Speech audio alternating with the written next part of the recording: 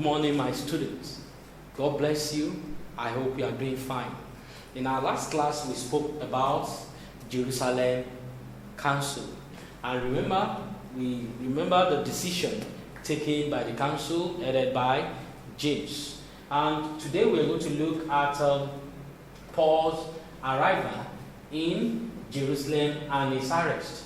Remember, after Paul left the last place he went to, that was Tyre, talking about when he had his third missionary journey after Troas, like that, Macedonia, Greece, Troas. Then he went to Tyre, from Tyre down to he bid the people goodbye, and he went straight to Jerusalem. And when he got to Jerusalem, he explained to the apostles what he has achieved, talking about his achievement. And when he spoke about his achievement, they were very, very happy with him. That is how he achieved a lot among the Gentiles.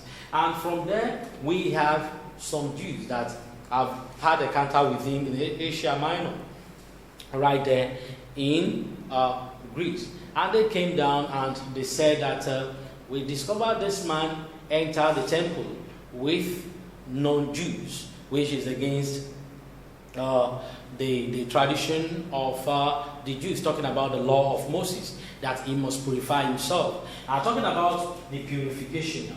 Talking about the purification.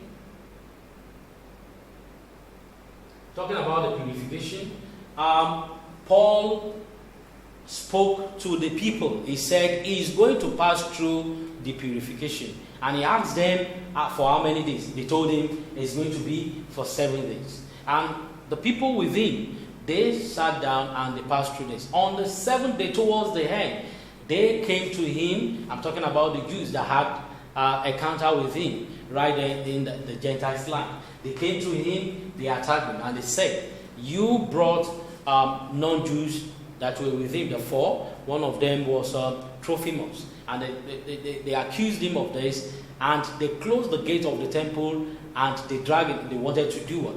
To kill him. But when the Roman tribune heard about this, and the Roman head, and the centurion, he called the people to order, and Paul was rescued. And after Paul was rescued, he was taken to the barracks.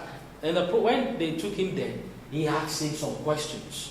And when he asked him the question that you are an Egyptian, the ringleader of the people that wanted to revolt against the Roman Empire. And it said he was not an Egyptian, but a Jew. And when he said he was a Jew, immediately they put him there so that he can, so that the Jews will not kill him.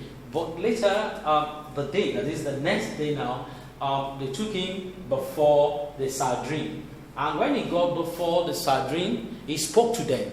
And he said he was a typical Jew. And from there, when they heard that he was a Jew, they listened to him because they didn't know that he was a Jew. And when he discovered, before that, he said he has lived with a good conscience with God. And Ananias, that was the Jewish head of the council now, that is the Sanhedrin, said he thought in his mind that was a blasphemy, and said somebody should do what? Should try to strike him. And the person struck his mouth. And from there he caused the Jewish leader now. I'm talking about Ananias.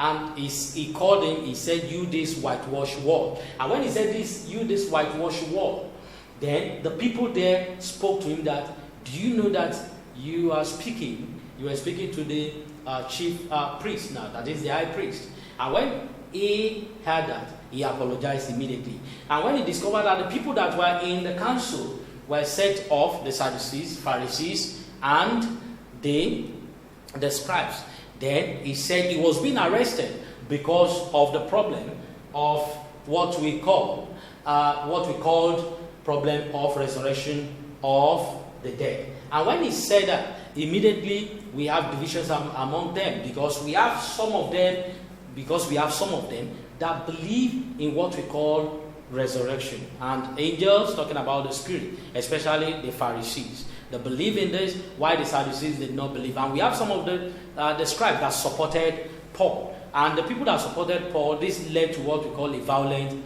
argument, disagreement between the two factions, the Pharisees, the Sadducees, and some of the scribes were divided, and they supported it. And from there, they believe that this can lead to what we call the death of Paul. And they took Paul from there so that he won't be killed. They protected him until the time that the son of the sister of Paul came to tell them that they have a plan. We have some Jews at the gate saying that they will not eat nor drink until they do what?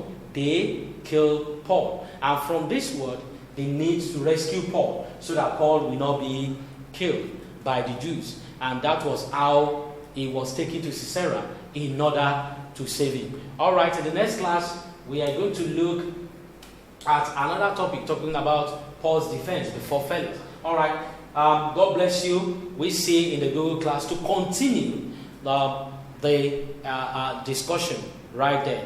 God bless you. We shall see you in the next class. Bye for now. God bless you.